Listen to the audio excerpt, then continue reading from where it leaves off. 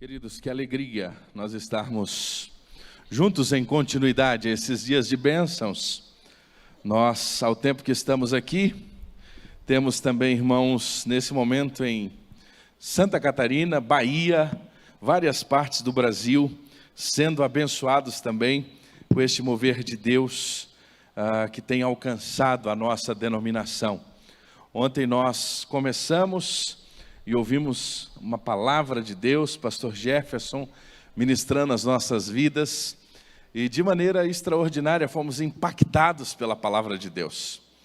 E continuamos a ser desafiados a pensar sobre multiplicação, os segredos da multiplicação. E nesta tarde eu queria compartilhar um pouco com você sobre isso.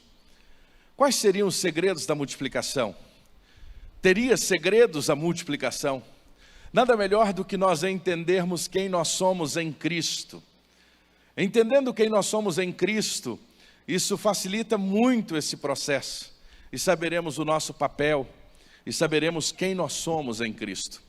Mas ontem, pastor Silvado, o pastor Jefferson contou a história de dois loirinhos. E eu queria apresentar aos irmãos, eu tenho um loirinho lá em casa, a fera vai aparecer aí, João Rafael é o nosso loirinho. Eu sou casado com a Samara, pai da Ana Vitória, e o João chegou 10 anos depois, e eu comecei a descobrir o que Abraão passou com Isaac, irmãos. O que é a fase de Abraão, já na idade mais avançada, ter um garotão novão em casa, e é um desafio diário, né? João tem sido uma bênção e abençoado as nossas vidas, e nós estamos hoje residindo em Brasília, e temos um desafio grande ali no Planalto Central, nesse momento, que é a plantação de uma igreja a partir de região de condomínios e em pequenos grupos. Nós tivemos uma experiência muito interessante, nós estávamos no Rio e voltamos para Brasília, e naquela chegada nós começamos a orar, eu e a minha família, a minha esposa em especial, pelo meu cunhado, o irmão dela, o primogênito, um cara extraordinário, só tem um problema, ele era corintiano e é corintiano, mas isso o Senhor salva a alma sem nenhum problema, né? Mas uma pessoa extraordinária, e nós começamos a orar por ele. E Deus permitiu que ele passasse por uma circunstância desafiadora, e naquele processo todo ele se converte, e ele conhece a Jesus como Senhor e Salvador. Mas criado num contexto onde o meu sogro, já falecido, alcoólatra, detestava o evangelho, perseguia a família. Ele foi criado mais ou menos assim, a mãe ia quase que escondido com os filhos mais novos para a igreja, e ele ficava em casa com o pai. Então, para ele, todo aquele processo, a igreja de fato era alguém que trouxe quase que separação na sua casa. Como agora ele ir para a igreja, como ele chegar nesse processo? E para encurtar esse caminho, nós começamos um pequeno grupo lá na casa da minha sogra. Os irmãos vejam o quanto eu sou bom de relacionamento. Minha hospedeira é minha sogra, né? Pessoa extraordinária. E aí nós começamos esse pequeno grupo na casa dela, porque era uma possibilidade dele estar presente. Ou seja, na casa da mãe dele, ele não tinha como não ir. E de fato, as primeiras reuniões ele não esteve, você viu uma foto aí que foi quase do segundo ou terceiro encontro. Mas ali nós começamos aquele pequeno grupo, no objetivo de começar a alcançá-lo. E não sabíamos nós que Deus estava olhando muito lá na frente. Enquanto nós estávamos apenas pensando em cuidar dele, o Senhor estava vendo muito além. E aquele primeiro pequeno grupo começou, e as pessoas começaram a se achegar, e de repente nós começamos a ver que Deus estava nos chamando para plantar uma nova igreja ali naquela região. Nós estamos numa cidade satélite com 300 mil habitantes, lá no Planalto Central, Samambaia, e naquela cidade satélite nós não temos, pastor Silvado, 600 crentes batistas. É muito provável que nesse auditório agora tenha mais crentes batistas do que a cidade onde eu moro, se reunindo aos domingos. 300 mil habitantes, pessoas sofridas, desafiadas pela vida, e nós começamos a arrebanhar estas pessoas, e quando nós tivemos a necessidade de então começar os cultos dominicais. E na mesma área que o PGM se reunia nas quintas-feiras, aos domingos nós começamos os cultos. E ali começamos a cuidar de pessoas, e de repente quando Menos esperávamos, com 2 meses a área ficou curta, ficou pequena, e aí nós fomos desafiados a alugar um hotel. E aí nós fomos para um hotel, é a próxima etapa, saímos da área, fomos para esse hotel e começamos a nos reunir nesse hotel aos domingos. Durante a semana nos reunimos nas casas, nesse pequeno grupo, e aos domingos no hotel. E então o pequeno grupo avançou, treinamos líderes, multiplicamos, e aquele que era o primeiro pequeno grupo, então se tornou em 5 pequenos grupos ativos na cidade, e o hotel também ficou pequeno, e a gente então avançou um pouco mais, e os pequenos grupos começaram a ir para as casas, alcançando pessoas, abençoando vidas. A próxima foto você vai ver aí desses pequenos grupos bem ativos, alcançando as famílias, abençoando a cidade. E então nós aceitamos o desafio de alugar um espaço maior, e hoje o nosso grupo tem se reunido já em uma loja, e temos agora nos tornamos congregação, e 1 ano depois, agora vamos completar nesse próximo mês, 1 ano de início dessa jornada. Nós temos tido a alegria de reunir pessoas, vidas estão sendo transformadas, estão sendo alcançadas, e uma nova igreja está sendo plantada. E aí a última foto é o nosso local de culto que a gente se reúne hoje. Isso aqui foi o nosso último encontro dos pequenos grupos, agora recente. E se Deus permitir, dia 7 de setembro agora a gente novamente tem batismos, e pessoas estão sendo transformadas porque o reino de Deus avança. Vidas estão sendo alcançadas para a glória do nosso Deus. E eu queria, depois desse breve testemunho, compartilhar com você sobre isso. Quem nós somos em Cristo. Entendendo isso, nós vamos entender esse processo de multiplicação, entender a visão multiplicadora, e entender isso de maneira mais profunda e mais próxima de nós. Mas para entender quem nós somos em Cristo, é bom nós pensarmos e olhar para o passado. Muitas pessoas não gostam de olhar a referência de onde nós viemos, mas um povo que não consegue saber de onde ele veio, é muito provável que ele não sabe para onde ele vai. Ele não tem referência. E nós temos a nossa referência. Temos a nossa referência como família, temos a nossa referência como igreja, temos a nossa referência como denominação. Sabemos de onde viemos e sabemos para onde estamos indo. E quando nós olhamos a história do cristianismo, nós vamos notar que durante séculos, os cristãos eles foram duramente odiados e ainda o são. Em diversas partes do mundo, os cristãos são perseguidos. Mas naquele contexto neotestamentário, é interessante nós olharmos que eles de fato deixaram as religiões pagãs, alguns deixaram o judaísmo para seguir a Jesus, e então fruto dessas escolhas começaram a ser duramente perseguidos. Algumas pessoas que não são cristãs, ao se depararem com o cristianismo no seu início, olhavam para o cristianismo e tinham conceitos errôneos, achando que os cristãos odiavam a humanidade. Muitos os conheciam como supersticiosos, e principalmente naquele contexto onde o Império Romano dominava, esses cristãos que se reúnem de casa em casa são um problema para nós. Quem é esse povo? Quem são esses? E mais do que estrangeiros culturais, foram de fato considerados a escória da humanidade, e foram duramente perseguidos, e eram seguidores de Jesus, e como resultado eles foram sistematicamente perseguidos, mortos de maneira horrível, e irmãos, sacrificaram tudo para seguir a Jesus. Homens e mulheres que deram as suas próprias vidas. Mas é interessante que a partir do século III isso começa a mudar totalmente. E com Constantino, ele decide então acabar com esta perseguição. Olhando para a história, nós vamos ver esses acontecimentos. Mas Teodósio traz de vez essa liberdade, e nós não temos mais a proibição das práticas cristãs, sejam elas públicas, privadas, e então ele decreta que todas as pessoas deveriam então ser cristãs. É interessante a gente notar que em aproximadamente 100 anos na história, em menos de 100 anos, o fato de ser cristão passou de ser perseguido a ser exigido. Já pensou? Em menos de 100 anos, você que era cristão e era perseguido, agora é exigido então que todos sejam cristãos. Todos agora são cristãos.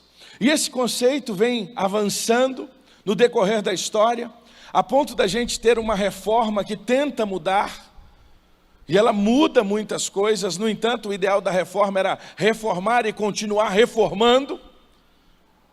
Mas a gente chega com Bonhoeffer falando sobre a graça barata, o evangelho sem cruz, o cristianismo sem mudança, o evangelho sem transformação.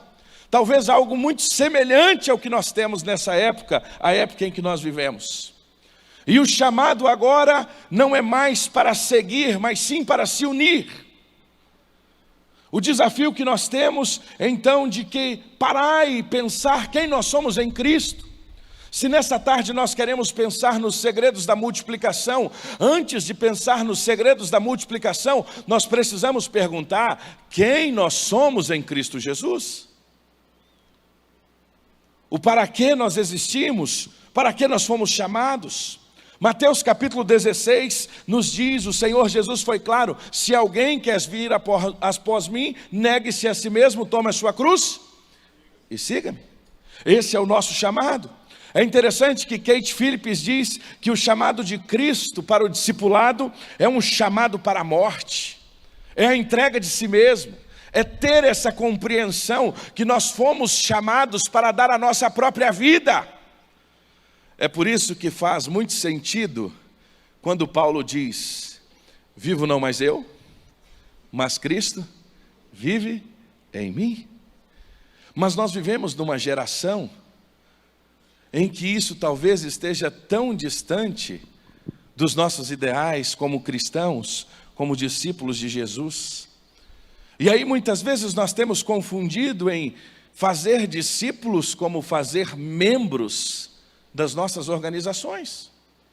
E aí nós estamos repleto de membros, uma membresia grande, mas de fato a pergunta é: todos são verdadeiramente discípulos? Nós poderíamos afirmar que 30% da população brasileira, quando nós abrimos a boca para dizer que somos evangélicos, nós somos verdadeiramente 30% dessa população de discípulos de Cristo Jesus? É fácil chegarmos à conclusão que não. Porque se de fato fôssemos, a nossa nação não estaria como ela está. Os índices iriam mudar, a corrupção iria diminuir, mas por quê? Nós vivemos um nominalismo gigante entre nós. E já é até bonito dizer eu sou cristão, já é até bonito dizer eu tenho uma fé. E tudo mudou, e agora nós vivemos esses desafios do nosso tempo.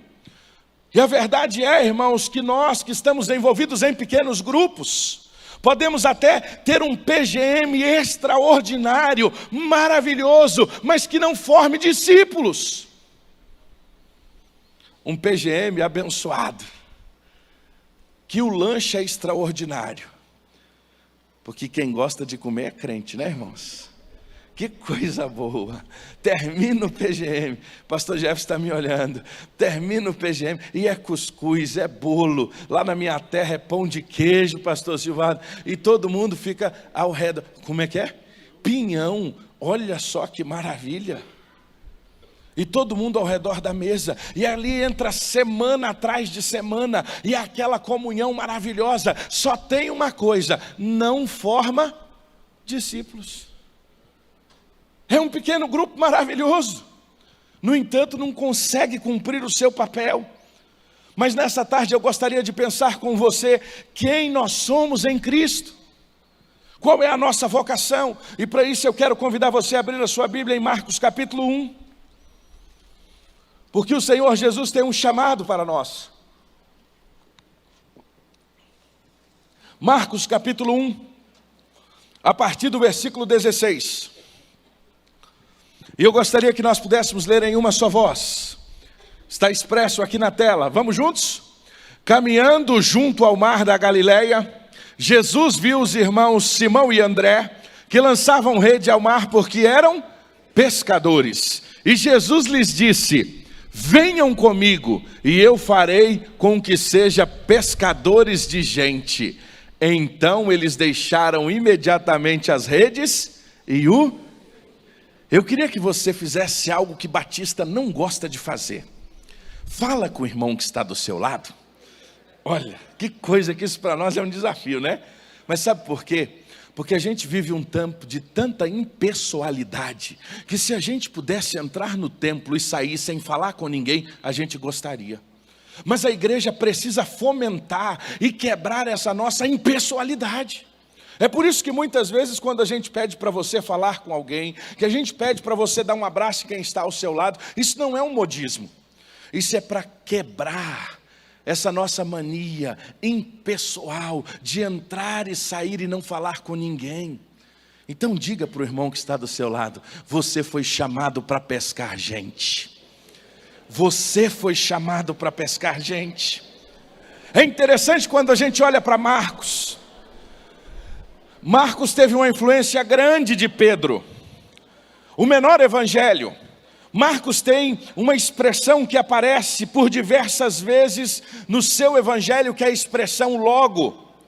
E diversas vezes ele repete esta palavra, logo, logo. E é tanto que ele tinha uma forma tão fácil de escrever e tão simples de se comunicar, que nos primeiros 13 versículos ele consegue tratar de assuntos extraordinários. Ele tinha um poder de síntese, e ele começa falando sobre Jesus, o enviado de Deus. Ele fala sobre o batismo de Jesus, ele fala sobre João Batista, ele fala sobre a chegada do reino, a tentação de Jesus, tudo isso em 13 versículos.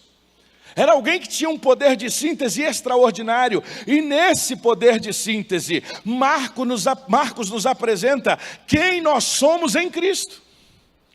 E de maneira muito simples, ele vai nos mostrar que o segredo para uma multiplicação eficaz, o segredo para uma vida multiplicadora, é entendermos quem nós somos.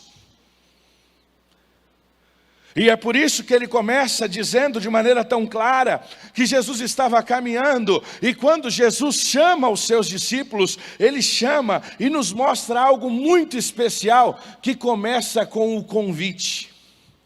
A maneira como Jesus trata, ele vira para os dois e diz: venham comigo. É a primeira expressão, e não era apenas um convite para ouvir a Jesus, não era apenas um convite para admirar a Jesus, mas era um convite para seguir o Mestre, ou seja, ser, viver e andar como ele andava. Era muito mais do que admiração. Era muito mais do que apenas contemplação, mas era estar disposto a ter o seu estilo de vida. Alguns anos atrás, isso vai revelar um pouco a minha idade, mas alguns aqui, que já têm alguns anos, gostaram de um filme chamado Karate Kid. E aí passava o seu Miyagi, não era? E o Daniel San, tá rindo, né, Renata, da sua época? Peguei, meu irmão. Lá estava o seu Miyagi e o Daniel San. Qual era o desejo do Daniel San? Ser parecido com o seu Miyagi. Porque o seu Miyagi era o seu mestre. Ele queria fazer tudo que o mestre fazia. Ele queria parecer-se com o seu mestre. Sabe por quê? Porque a cultura discipular, ela já existia no tempo de Jesus e muito anterior a ele.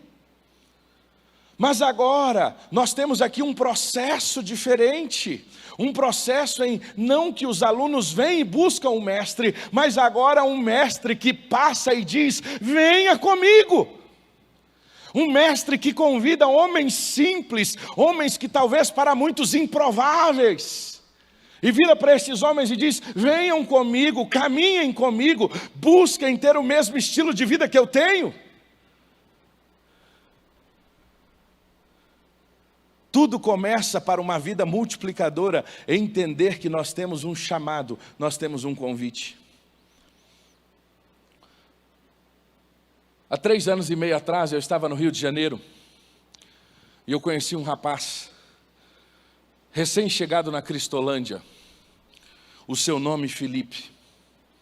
O Filipe está na foto que será projetada. Esse rapaz que eu tentei circular, o seu rosto ali atrás. E essa senhora é a irmã Didi, que eu já vou lhe contar a história dela também. Duas histórias de vidas tão diferentes, mas que entenderam o que era o vem após mim. Filipe estava vivendo uma vida terrível.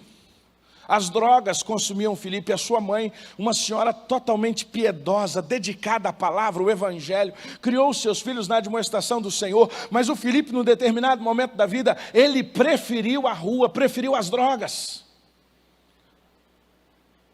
Mas a oração, irmãos, ela muda destinos. E a mãe do Filipe nunca deixou de orar por ele. E a mãe do Filipe continuou clamando para que Deus mudasse a sua vida, até que um dia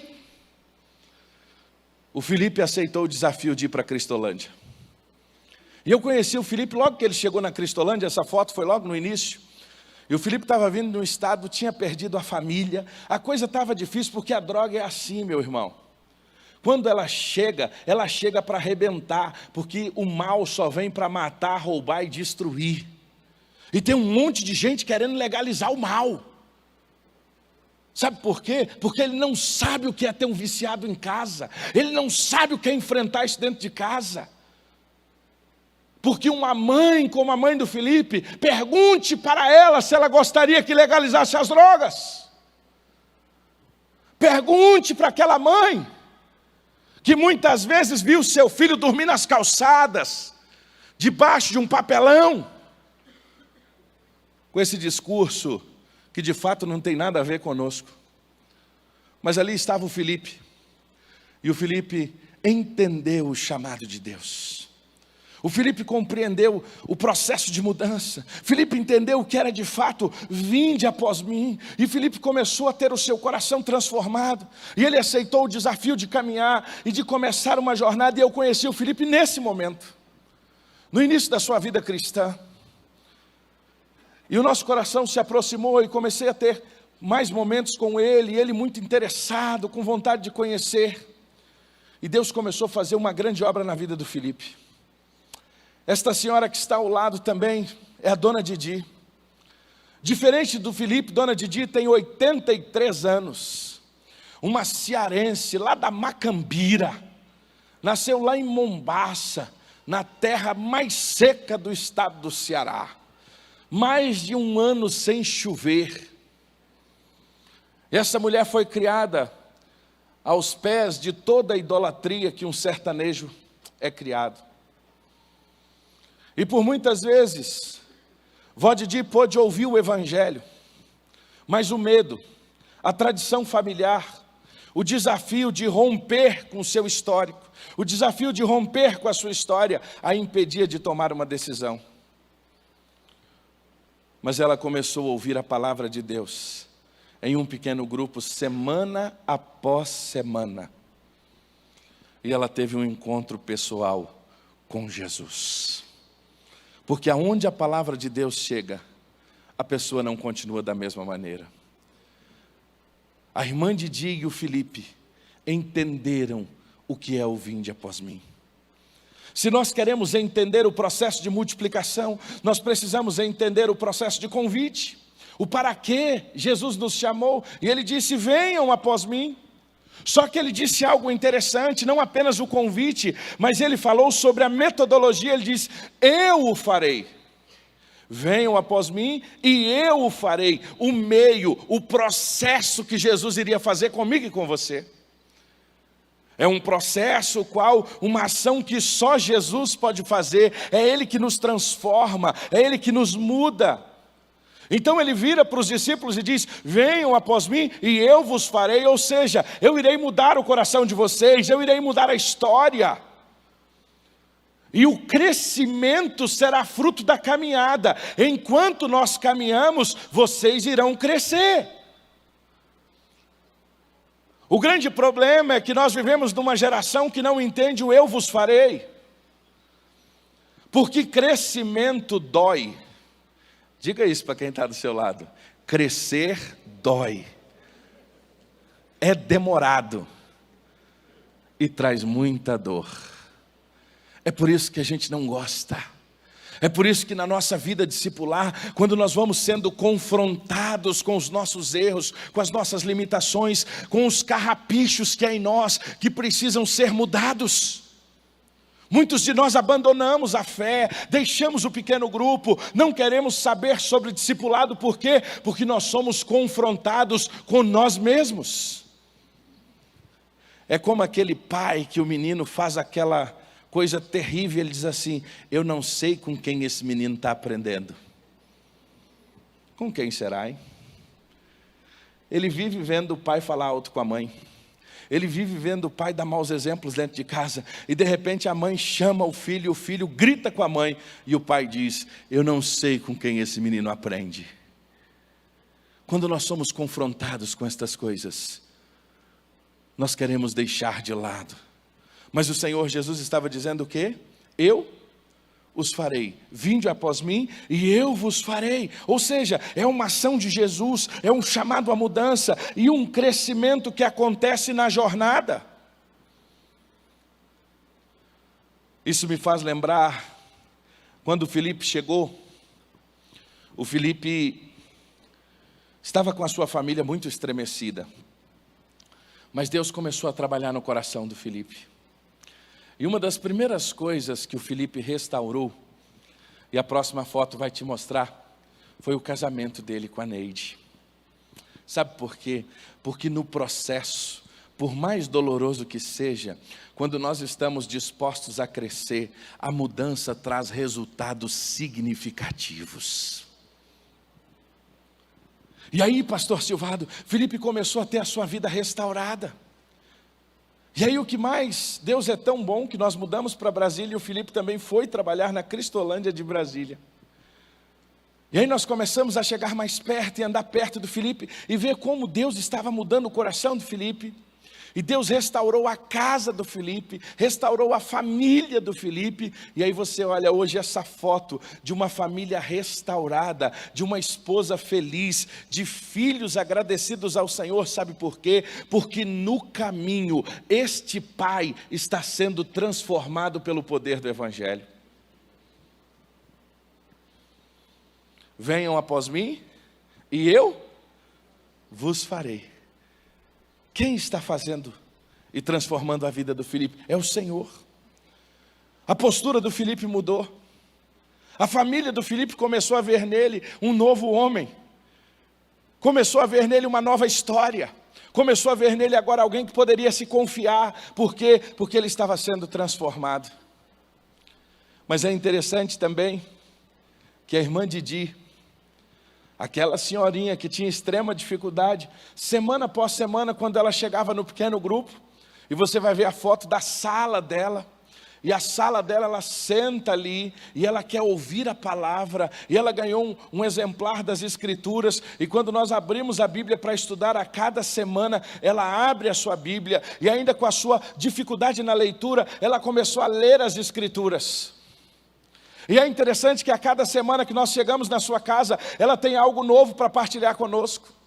Que ela aprendeu, que ela leu, que ela compreendeu. Na última terça-feira agora, nós estávamos lá no pequeno grupo e nós tínhamos um momento de agradecimento. O que nós aprendemos durante esse primeiro semestre? Compartilhe. E ela começou a compartilhar as verdades de Deus, aquilo que ela estava aprendendo e entendendo. E ela diz: por muitas vezes eu ia à missa, por muitas vezes eu ouvia alguém falar sobre Deus e não entendia nada, mas eu tenho compreendido a palavra e o que Deus está querendo de mim. Sabe qual foi o resultado disso? No último dia 1º de maio, a alegria, pastor Silvado, de batizar a dona Didi. Ela confirmar a sua fé através do batismo. 83 anos, pastor Renato. Aos 83 anos, depois de toda uma história, esta senhora pode dizer: eu creio em Jesus como meu único e suficiente Salvador. Agora, sabe o que mais me chama a atenção na vida da avó Didi, como nós a chamamos, e do Felipe, pastor Silvado? Que eles entenderam que eles são chamados, que eles estão sendo transformados pelo caminho. Mas o texto termina com o quê? Venham após mim, eu vos farei, mas vocês precisam se tornar pescadores de homens. Quando nós falamos em pescar homens, é um objetivo, é alcançar gente perdida. Jesus estava dizendo, é investir em pessoas, é se tornar um discipulador, é um convite para o trabalho. E sabe aquele rapaz que estava nas drogas? Sabe aquele rapaz que há pouco tempo atrás estava nas ruas?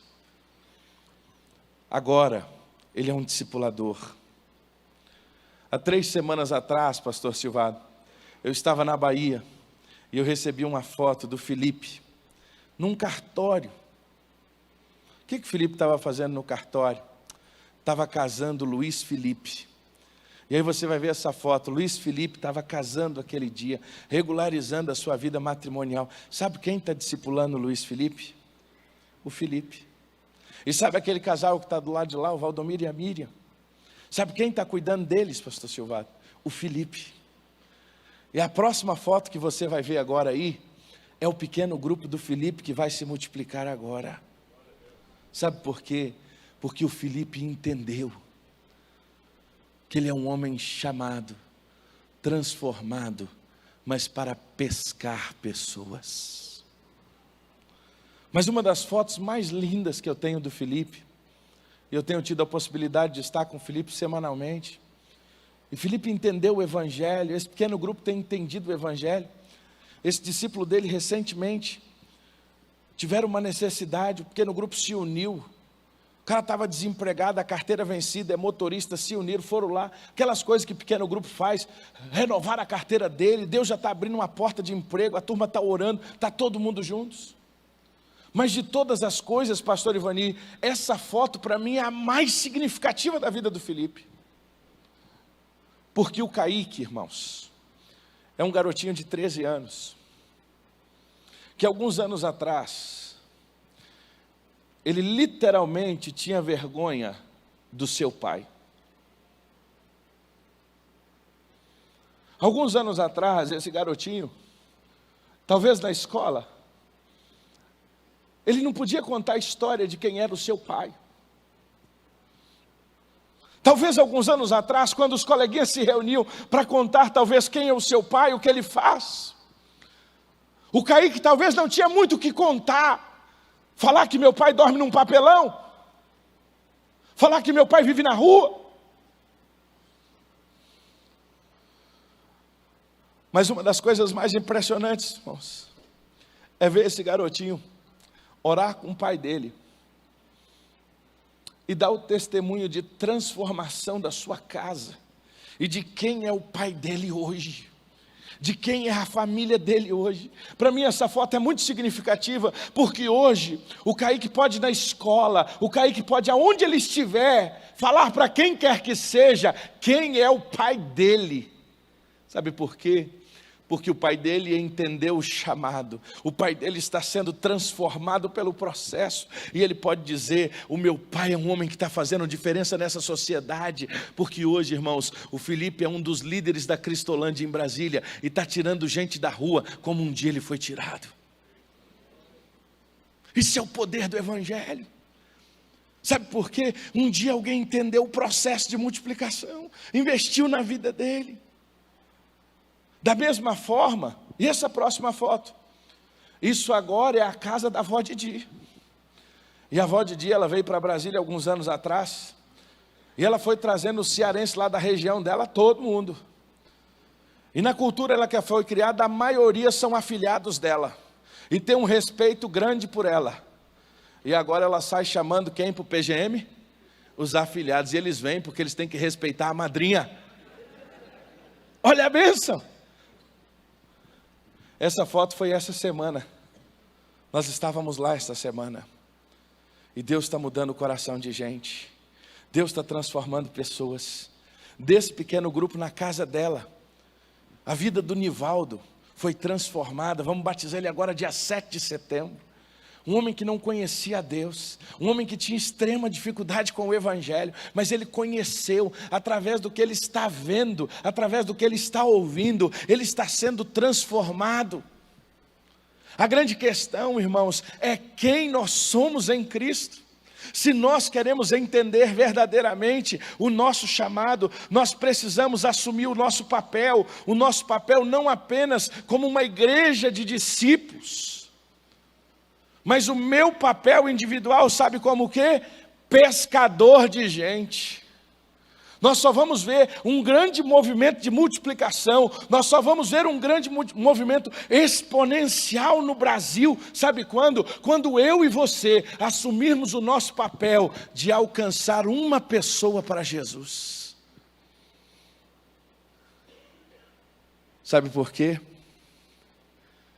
O nosso chamado é um chamado específico para pescar homens e mulheres que não conhecem a Jesus. Mas eu queria fazer um exercício muito simples com você nessa tarde. Eu queria que você olhasse para a sua mão direita, ou para a esquerda. Não tem nada de místico nisso. Por favor.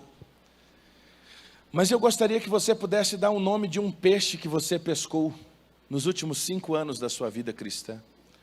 De alguém que você teve o privilégio de chorar com ele, de andar com ele, de partilhar o Evangelho com ele.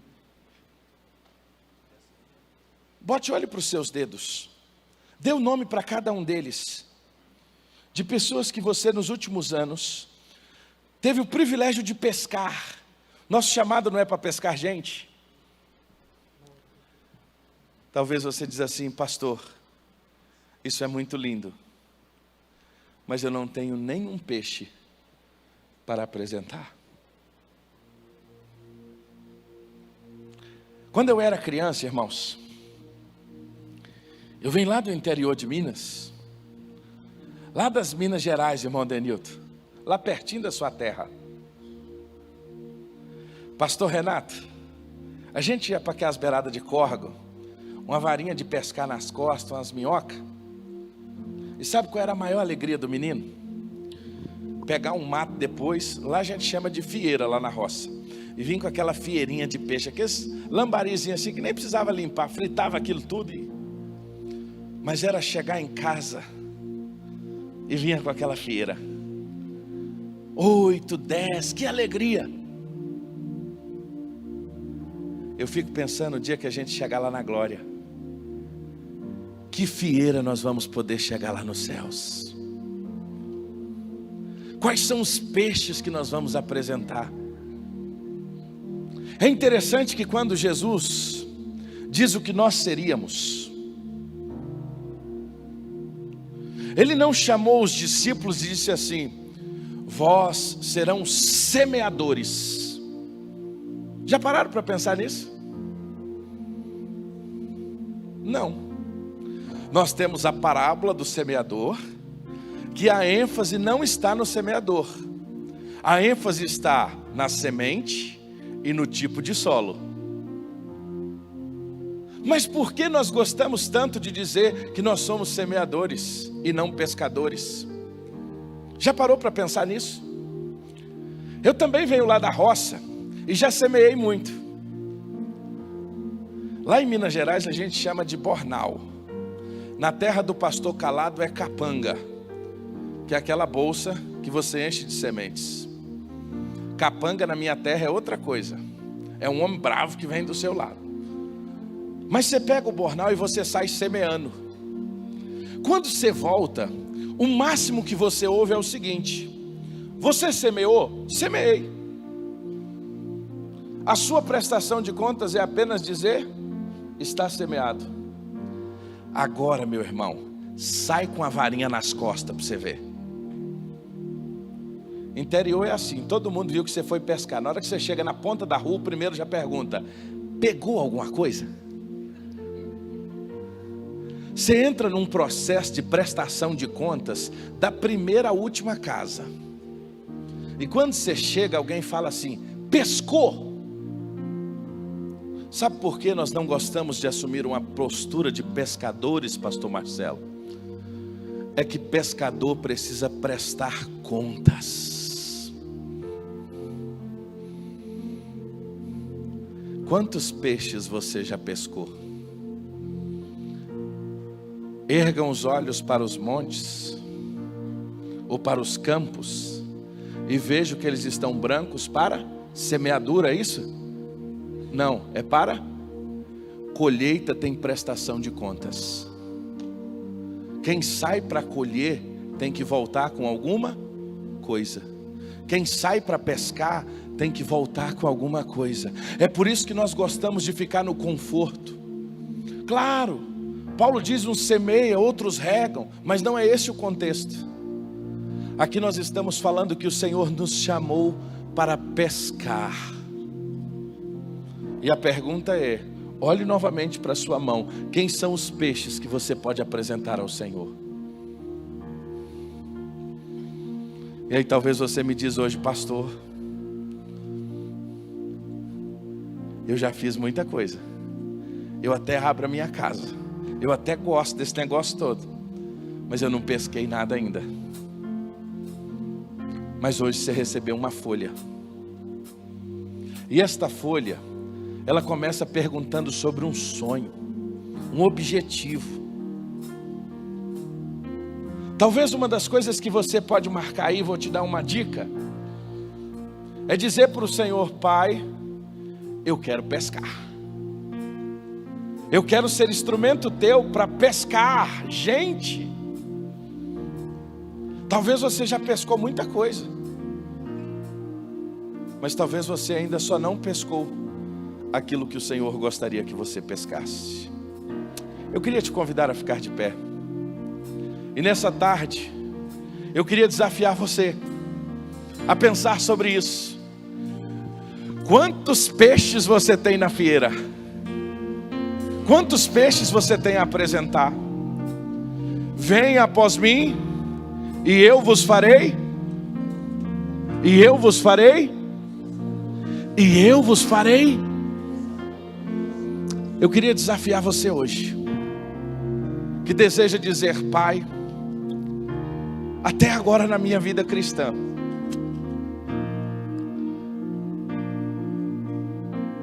eu tenho falado muito de pescaria. Tem gente que é assim. Eu tenho uns amigos, pastor Silvado, começa a falar de pescaria, os caras sabem tudo de pescaria. Conhece de linha, conhece de anzol, conhece de tudo. Só tem uma coisa: não pesca nada. Às vezes na igreja está cheio de gente assim, sabe de tudo, conhece tudo, só tem uma coisa: nunca pescou ninguém. Mas hoje o Senhor está dizendo assim: eu quero fazer de você um pescador. Eu quero mudar a sua história. Eu quero fazer de você alguém. E eu quero usar você para pescar muitas vidas. Você aceita esse desafio? Se você aceita, eu queria convidar você a sair do seu lugar e a vir aqui na frente, no altar do Senhor hoje, e dizer: Pai, eu não sei pescar, eu não sei qual linha usar, eu não sei nem o que fazer, mas uma coisa hoje eu quero ser um pescador. Se você aceita esse desafio, eu queria convidar você a sair do seu lugar. Eu queria orar com você aqui à frente. Começar essa tarde hoje assim. Eu queria desafiar você a sair daí e vir aqui, numa atitude de dizer: Pai, eu não sei, eu ainda não sei pescar, eu não tenho linha, eu não sei nada, mas hoje eu estou dizendo: eu quero pescar alguma coisa. Eu vou falar com o líder do meu pequeno grupo, eu vou falar com o meu supervisor, eu vou dar um jeito de orar por alguém, vou fazer sementes com alguém, vou conhecer alguém. Eu não sei o que eu quero pescar. Sabe por quê?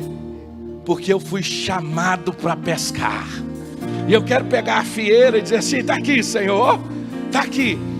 Não importa o tamanho do peixe, não importa o que seja, importa é que você está cumprindo aquilo que o Senhor chamou. E hoje você vai dizer: Pai, até hoje eu não pesquei não. Pai, até hoje eu não tenho nenhum peixinho para mostrar.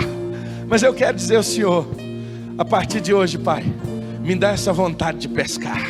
Me dê essa vontade de fazer a diferença. Me dê essa vontade, Senhor, de ser instrumento nas tuas mãos. Pai, tira o medo do meu coração. Tira, Senhor, tudo que me impede, tudo que não, Pai, tudo que me tem feito eu parar, não fazer aquilo que o Senhor deseja.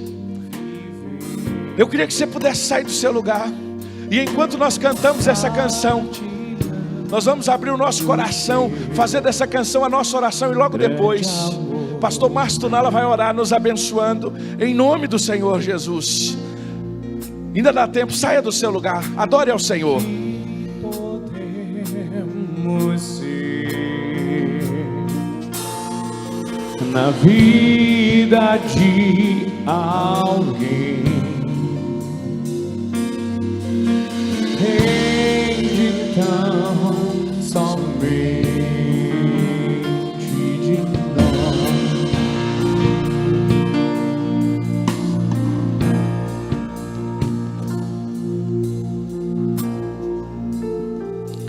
Feche os seus olhos aí, querido. Concentre no Senhor e diga para Ele que você quer colocar a sua vida à disposição todos os dias. Pai amado, nós entendemos que o Senhor nos chamou para a colheita. Nós entendemos que os frutos estão maduros e eles não foram amadurecidos por nós, mas pelo Espírito Santo de Deus. Nós entendemos que os campos estão brancos, sim. Pai, nós estamos aqui no sul, lugar onde é conhecido como o lugar que as pessoas têm mais dificuldade de se abrir e se relacionar. Mas o que nós estamos experimentando aqui no sul, aqui na cidade de Curitiba, por toda a nossa região, é pessoas que em lugares estranhos, pessoas que nós nunca ouvimos ou conversamos, elas estão se abrindo para ouvir a mensagem do Evangelho. Gente que dentro de um carro de aplicativo, num posto de gasolina, lá no trabalho, no comércio, permitem que nós venhamos a orar por elas. E é lá, Pai, que nós vamos começar a nossa colheita. É lá fora, é lá na cidade, é na nossa vizinhança que nós vamos começar a nossa colheita. Pai, transforma o coração de cada um nas nossas igrejas, nas igrejas representadas aqui. Mas começa a fazer isso através do nosso exemplo, Pai. Que as pessoas possam olhar para nós e ver que nós estamos arregaçando as mangas, Pai, para abraçar a cidade e para compartilhar o amor de Deus com ela. Nós queremos nos relacionar, sim. Nós queremos discipular essas pessoas, sim. Nós queremos encher os cestos, Pai. Cestos lotados de frutos, Pai. Frutos que o Senhor preparou, que o Senhor convenceu e que o Senhor nos permitiu colher. Jesus, não deixa, não permite, Pai, nas nossas igrejas, as igrejas que estão representadas aqui, na minha igreja, na igreja dos meus irmãos, que pessoas que nós amamos estejam lá, Pai, sem produzir fruto.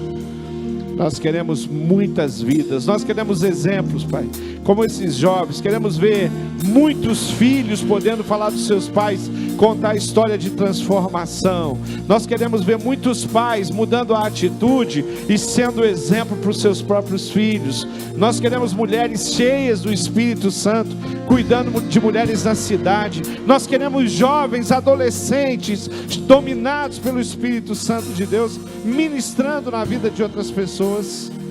E é desse jeito que nós queremos continuar vendo, e vendo numa proporção maior, ainda maior, a manifestação do poder de Deus nas regiões onde o Senhor nos colocou. Pai, nós pedimos perdão por todas as vezes que nos ocupamos com a nossa vida, com a nossa história, com os nossos equipamentos, com o nosso trabalho, com os nossos títulos, e fechamos a visão para enxergar a sequidão ao nosso redor, lugar onde nós temos água viva para poder lançar, para poder brotar, para poder da terra, Deus, surgir grandes homens e mulheres de Deus, que nascem do teu coração, que nascem através da restauração, do renovo, que nasce através da libertação, que nasce através do amor, do companheirismo, da amizade, de relacionamentos discipuladores, sim, e não superficiais, Pai. Perdoa todas as vezes, Deus, que nós deixamos de olhar com olhar de misericórdia para alguém que é seco, Pai. Alguém que não tem Cristo no seu coração, alguém que vive uma mentira, que é aprisionado por tantas coisas. Pai, nós somos pescadores de homens. Nós vamos continuar pescando, Jesus. Nós vamos continuar lançando a nossa rede. E vamos lançar a nossa rede para o lado que o Senhor mandar e que o Senhor permitir. Vamos lançar as redes, Pai. Vamos ter dificuldade, Deus, pela nossa limitação para puxar essas redes. Nós somos agentes da libertação, da restauração, da reconciliação, Jesus. Então visita o nosso coração, Pai. Usa o nosso telefone, Pai. Usa o nosso WhatsApp. Usa o nosso carro. Usa a nossa sala. Usa a nossa vida. Usa o nosso tempo. Usa a nossa agenda, Pai. Nos ensine a dobrar os nossos joelhos todo dia e apresentar esses discípulos ao Senhor. Eu te louvo por tudo que já ouvimos aqui, Pai. Eu te louvo por tudo que ainda vamos ouvir. Eu te louvo pela presença de Deus marcante nesse lugar. Eu te louvo porque aqui é um lugar onde nós estamos sendo recarregados do teu amor, de poder, de unção, para poder ministrar. Deus, nós somos líderes na cidade. Nós somos exemplos dos fiéis. Nós somos filhos alcançados. E nós queremos muitos e muitos irmãos ao nosso lado, Pai. Continue fazendo do seu jeito, Deus. Continue trabalhando. E nos permita sempre apresentar diante do teu trono, Pai, com o nosso cesto jamais vazio, sempre cheios de vida. Pai, o Senhor disse que nós daríamos muitos frutos. E esses muitos frutos, eles estão acontecendo e vão acontecer até o último dia de vida nessa terra, Pai. Nós nos entregamos e nós te louvamos de todo o nosso coração. Em nome de Jesus oramos. Amém.